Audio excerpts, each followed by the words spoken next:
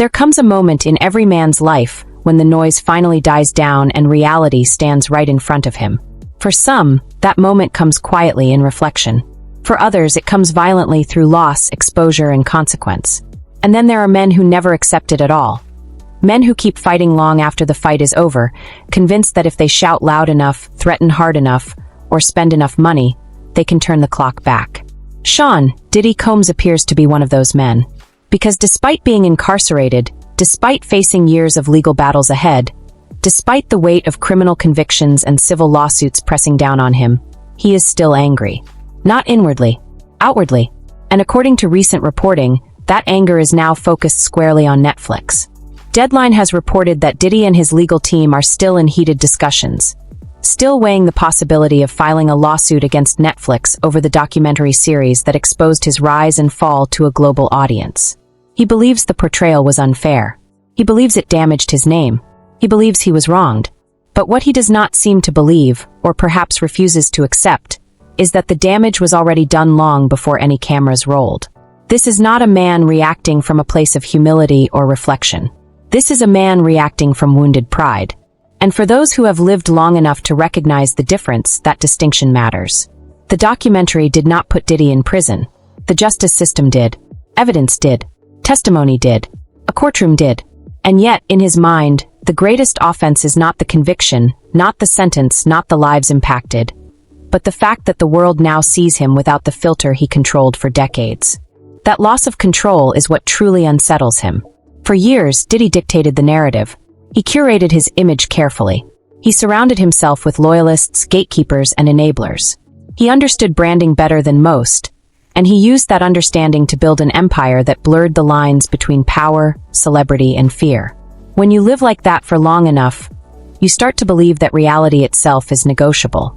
But reality always collects its debt. What makes this situation particularly troubling is the timing. Diddy is currently pursuing an expedited criminal appeal scheduled for April next year. That alone requires immense legal focus, strategy, and financial resources. At the same time, he is facing an expanding list of civil complaints that are only just beginning to move through the courts. Any seasoned attorney would advise caution. Any seasoned adult would advise restraint. Instead, he is considering adding another legal war against Netflix, a corporation with global reach, unlimited resources, and no incentive to back down quietly. To those who have lived through decades of corporate power struggles, this isn't bravery. It's delusion. When you sue a media giant, you don't just file paperwork. You invite discovery. You invite subpoenas. You invite sworn testimony. You invite people, many of whom may have been silent, to speak under oath. You open doors that cannot be closed again. And yet he persists. This is not his first attempt at this approach. Diddy is already engaged in a legal battle with NBC over a previous documentary. That case remains unresolved. No settlement has been announced. No victory claimed. And still, rather than waiting to see how that plays out, he appears determined to escalate. That pattern tells a story all on its own.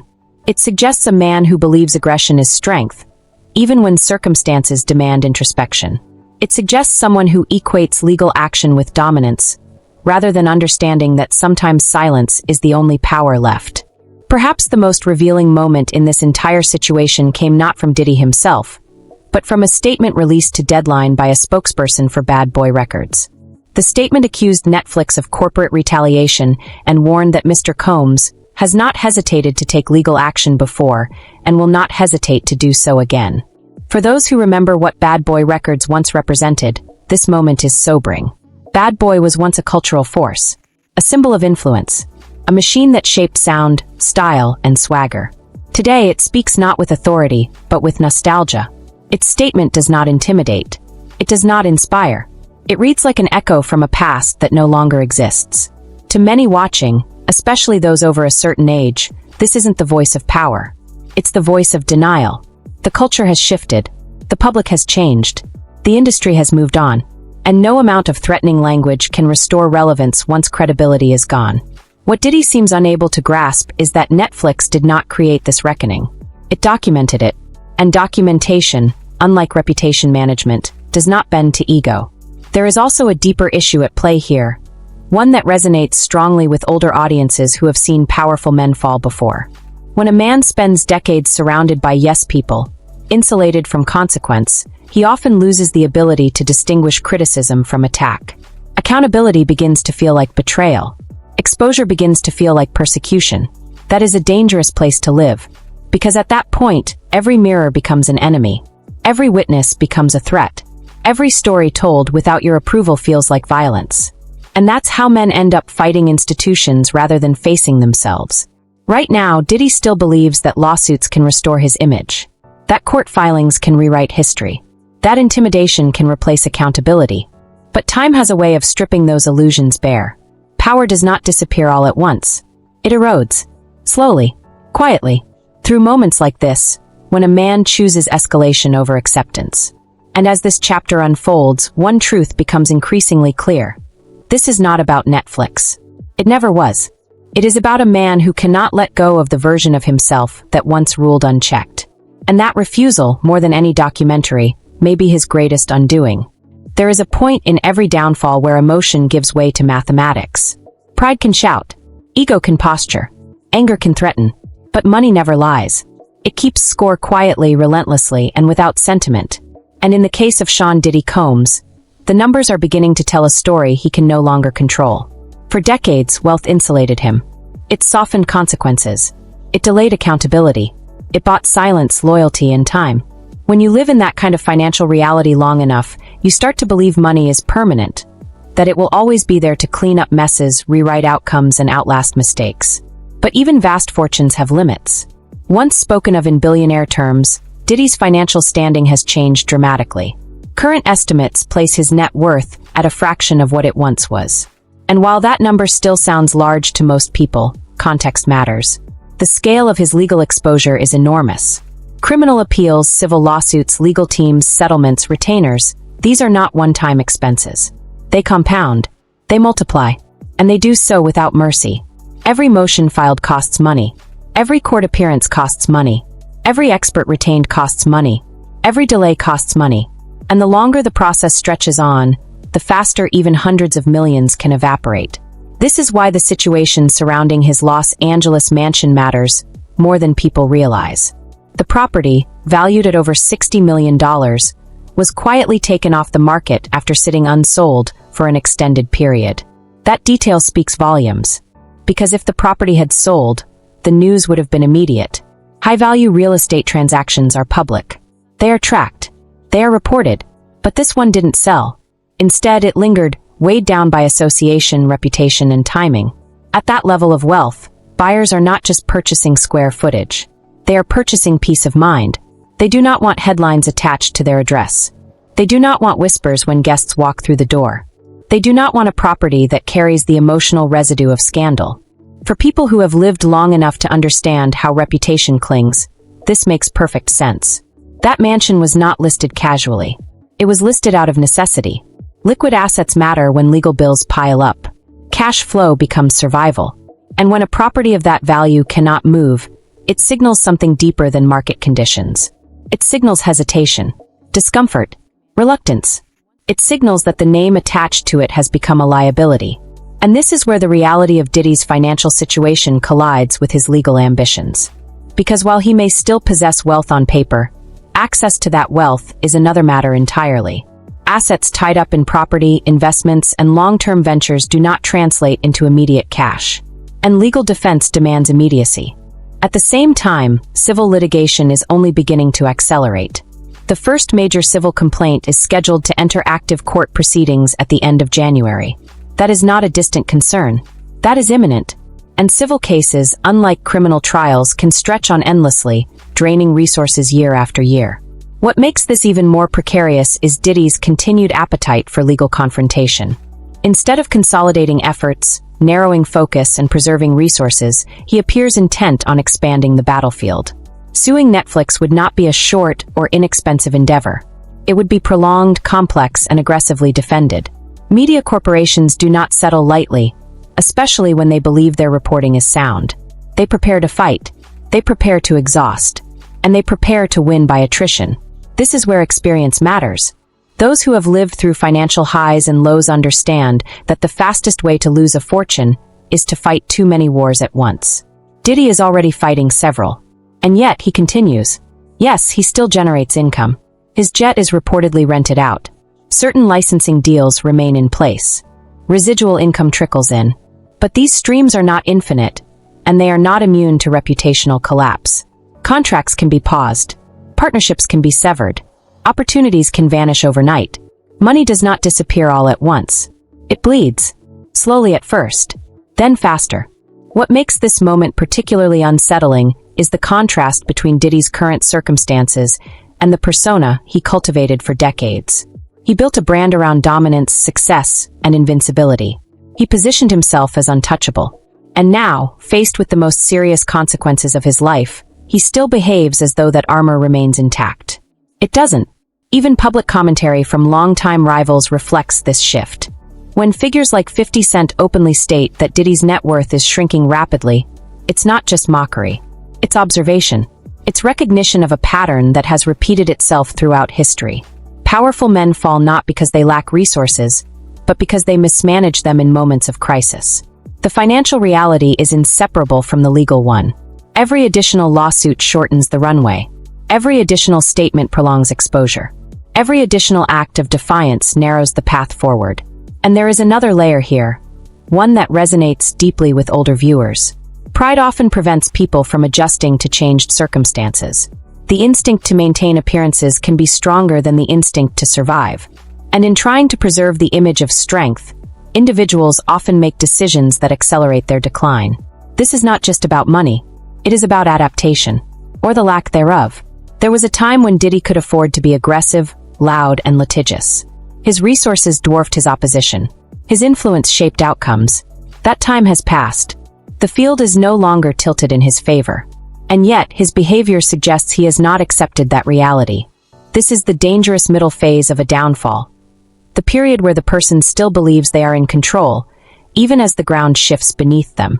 It is during this phase that the most irreversible mistakes are made. Because once the money is gone, leverage disappears with it. And when leverage disappears, so does the illusion of power. As the legal calendar fills, the bills accumulate, and the options narrow, one truth becomes unavoidable. Every decision from this point forward carries exponential consequences. There is no margin for error, no room for ego, no space for symbolic battles. And yet, symbolism appears to be exactly what he's chasing. This is what happens when a man confuses wealth with permanence. And in the chapters ahead, the cost of that confusion will only grow. There is a moment in every public collapse when the damage stops being contained. It moves outward. It touches people who thought they were protected by distance, by status, or by association. What once looked like a single downfall begins to reveal itself as a broader unraveling. Not just of a person, but of an entire ecosystem built around power without accountability. That is where we are now. What began as one man's reckoning has expanded into a series of headlines, lawsuits, accusations, and uncomfortable revelations that seem to arrive daily. For those watching closely, especially those who have lived long enough to recognize familiar patterns, this doesn't feel sudden. It feels inevitable. Because when systems are built on silence, loyalty, and fear, they do not collapse neatly. They fracture. In recent days alone, the scope of the chaos has widened dramatically. Justin Combs, Diddy's son, has reportedly been served and is now facing legal trouble of his own. That detail matters, not because of celebrity, but because it illustrates how consequences ripple through families. Children often inherit not just wealth and privilege, but the unresolved conflicts and reputational damage of their parents. For older viewers, this is painfully familiar. How many families have watched the sins of the father spill into the lives of the children? How many times have we seen younger generations forced to carry burdens they never chose, simply because they were born into proximity to power? This is the unseen cost of unchecked dominance. It doesn't end with one person. At the same time, the media landscape has become increasingly crowded with lawsuits involving prominent figures. Tyler Perry now facing serious allegations, networks announcing new documentaries, and platforms competing to expose what was once hidden. Some of these cases will prove true, others may not, but the sheer volume of accusations tells its own story. It signals a cultural shift. For decades, certain individuals and industries were protected by reputation, money, and fear. Allegations were buried. Stories were softened. Silence was rewarded. But that era is ending. And when the dam breaks, it does not trickle, it floods. This is why the announcement of yet another documentary, this time through Zeus Network, has generated so much skepticism. In comparison to Netflix's global reach, Zeus operates on a far smaller scale. The idea that it could counterbalance a worldwide narrative feels disconnected from reality. To those who understand media influence, this move looks less like strategy and more like defiance for its own sake. A refusal to accept that the conversation has moved beyond the ability to control it. And then there is the situation involving Stefan Diggs, a case that, while separate, echoes many of the same warning signs. Once again, headlines are not about professional achievement, but about alleged personal conduct. Allegations involving a private chef, text messages reportedly surfacing, claims of physical confrontation, legal responses issued swiftly, denying wrongdoing. For anyone who has followed public scandals over the years, the pattern is familiar. The initial denial, the legal statements, the insistence that nothing occurred, and then sometimes more stories emerge. More voices, more documentation, not always, but often enough that experienced observers recognize the rhythm. This matters because professional institutions do not operate in a vacuum. Sports leagues, teams, sponsors, they watch carefully. They calculate risk. And when controversy grows louder than performance, decisions are made quietly behind closed doors. Careers can be altered without a single verdict ever being reached. For Cardi B, this moment arrives at an especially delicate time. A new tour on the horizon. A career phase that demands focus, energy, and public goodwill. Association with controversy, even indirectly, has a way of draining momentum. It introduces noise where clarity is needed most. Those who have navigated long careers understand this truth. Timing matters. And distractions, no matter how unfair, extract a cost. What connects all of these situations is not coincidence. It is culture. A culture that rewarded excess, excused abuse, and normalized silence for far too long. And now, as that culture is challenged, the consequences appear chaotic, because accountability rarely arrives in an orderly fashion. It arrives all at once. This is where older audiences often see more clearly than younger ones. Having lived through multiple eras of power, they recognize that these cycles repeat. A period of indulgence, a period of denial, a period of exposure, and finally a reckoning. What we are witnessing now is not random scandal. It is the exposure phase. And exposure is uncomfortable. It is messy. It is loud. It drags everyone into the light, whether they want to be there or not. This is why Diddy's continued aggression toward media outlets feels so disconnected from reality. The story is no longer confined to one documentary or one network. It has become a broader conversation about power, accountability, and the systems that protected misconduct for decades. Suing Netflix will not stop that conversation. Neither will threatening NBC. Neither will issuing statements through a once powerful label. The momentum has shifted, and when momentum shifts, resistance only accelerates the fall. There is also something deeply telling about how these figures respond when scrutiny finally arrives. Some retreat, some reflect, some cooperate, others lash out, insisting that they are victims of betrayal rather than architects of their own downfall. History shows us which approach leads to redemption, and which leads to isolation. For those watching from a distance, particularly those in later stages of life, there is a sadness to all of this. Not sympathy, but sadness. Because many of these men had everything. Influence, wealth, opportunity, platforms that could have been used to uplift rather than dominate. Instead, they clung to control. And when control becomes the goal rather than responsibility, collapse is not a possibility. It is a certainty. The widening fallout we see today is not about gossip. It is about accountability finally catching up to environments that long evaded it. And as more stories surface, more names appear, and more institutions are forced to respond, one truth becomes harder to deny. This is bigger than one man. It is the end of an era where power operated without consequence. And as this chapter continues to unfold, the cost of that era will be paid not just by those at the center, but by everyone who stood too close, stayed too silent, or believed they were immune. In the final part, what remains is the reckoning itself, the quiet moment after the noise, when illusions collapse and reality takes full control. That is where this story is headed next. Every story like this ends the same way. Not with chaos, not with shouting, not even with courtrooms full of lawyers. It ends quietly. That is the part people rarely understand. The loudest moments come first. The real ending arrives when no one is left to argue with. Right now, Sean Diddy Combs is still in the noisy phase. Still issuing statements. Still threatening lawsuits. Still trying to wrestle control back from a world that has already moved past his permission. But history tells us something he may not yet be ready to accept. The noise does not last forever. Eventually, the attention shifts. The cameras move on. The outrage cools. And what remains is reality, stripped of branding, stripped of power, stripped of applause. For those who have lived long enough to see men rise and fall, this moment feels familiar. Not shocking, familiar. Because power, when left unchecked, always follows the same arc. It grows. It hardens. It isolates. And then it collapses under its own weight. What makes this particular downfall so striking is not the speed, but the refusal to acknowledge it.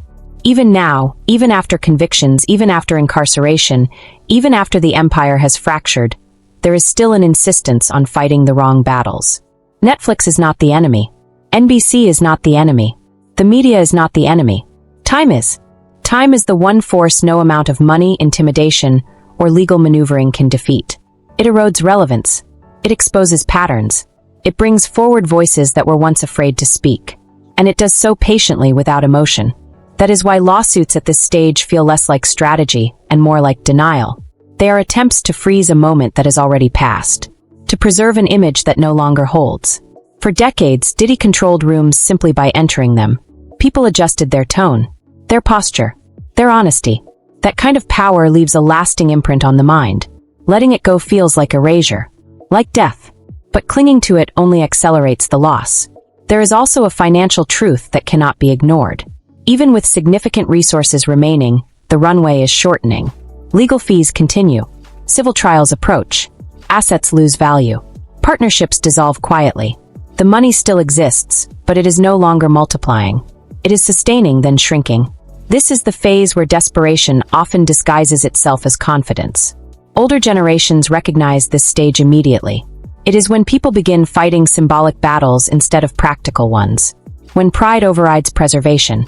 When the desire to be right becomes more important than the need to survive with dignity.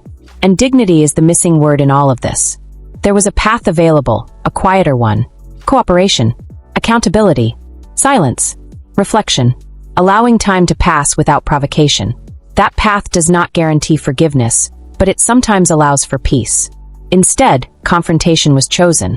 What remains now is not the man who wants to find an era, but a cautionary tale about what happens when influence outpaces responsibility. When admiration replaces accountability. When fear is mistaken for respect. For the families affected, the fallout is generational. Children inherit consequences they did not create. Loved ones carry shame they did not earn. Names become burdens instead of legacies. For the industry, this marks a turning point. The collapse of one powerful figure emboldens others to speak. Silence becomes harder to justify. Protection becomes riskier than exposure. For the public, especially those who have lived through multiple cultural shifts, this moment feels like confirmation rather than surprise.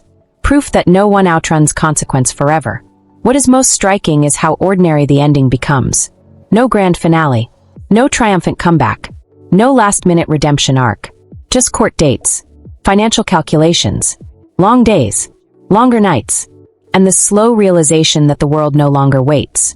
This is the part younger audiences often struggle to grasp. Downfalls don't end in explosions. They end in irrelevance. And irrelevance is what powerful people fear most. In the end, the documentaries will stop. The lawsuits will resolve. The headlines will fade. And what remains will be a legacy defined not by success, but by how success was handled and mishandled. That legacy is already forming. Not through Netflix. Not through NBC. Not through Zeus. But through pattern, repetition, and refusal to change. There is a quiet lesson here for anyone paying attention. Power demands restraint. Wealth demands wisdom. Influence demands accountability. Without those things, even the strongest empires rot from the inside. As this year closes, the reckoning feels complete. Not because every case has been resolved, but because the illusion has collapsed. The myth no longer holds. What remains is a man facing the consequences of his own decisions, in a world that has finally stopped looking away. And that, more than any documentary ever could, is the true ending.